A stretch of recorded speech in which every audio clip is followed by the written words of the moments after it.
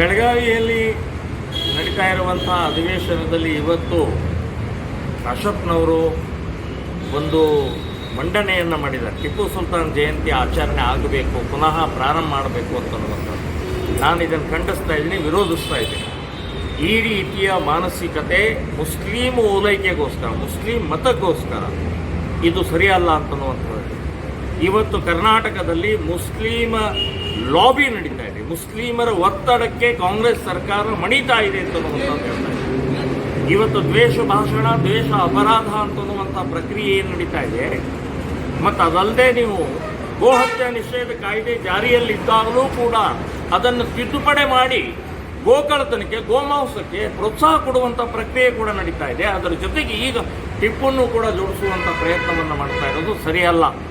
ಟಿಪ್ಪು ಒಬ್ಬ ದೇಶದ್ರೋಹಿ, ಮತಾಂಧ, ಸಾವಿರಾರು ದೇವಸ್ಥಾನಗಳನ್ನು ಒಡೆದದ್ದು ದಾಖಲೆ ಇದೆ.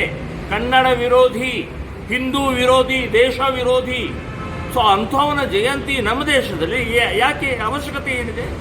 ಇಂಥ ಅಬ್ದುಲ್ ಕಲಾಮನ ಜಯಂತಿ ಆಚರಣೆ ಮಾಡಿ, ಬೇಕಾದಷ್ಟು ಜನ ಇದ್ದಾರೆ, ಬಹಳ ದೊಡ್ಡ ಪ್ರಮಾಣದಲ್ಲಿ ಕೆಲಸ ಮಾಡಿದಂಥ ದೇಶ ಪ್ರೇಮಿಗಳಿದ್ದಾರೆ.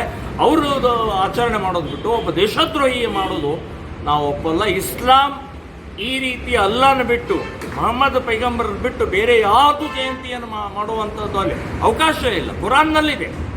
ಸೊ ನೀವು ಇಸ್ಲಾಂ ವಿರೋಧಿಗಳಾಗಲ್ಲ, ಇಸ್ಲಾಮಕ್ಕೂ ದ್ರೋಹ ಮಾಡ್ತಾ ಇದ್ದೀರಿ ನೀವು. ಸೊ ಈ ಮತಾಂಧತೆಯ ನೆತ್ತಿಗೆ ಏರಿದ ಕಾಂಗ್ರೆಸ್ಸು ನಿಮ್ಮ ಬುಡಕ್ಕೆ ಬರುತ್ತೆ, ನೀವು ಸರ್ವನಾಶ ಆಗಿ ಹೋಗ್ತೀರಿ ಈ ರೀತಿಯ ತುಷ್ಟೀಕರಣ ಮಾಡೋದ್ರಿಂದ ಅಂತನ್ನುವಂಥದ್ದು ಹೇಳ್ತೀನಿ.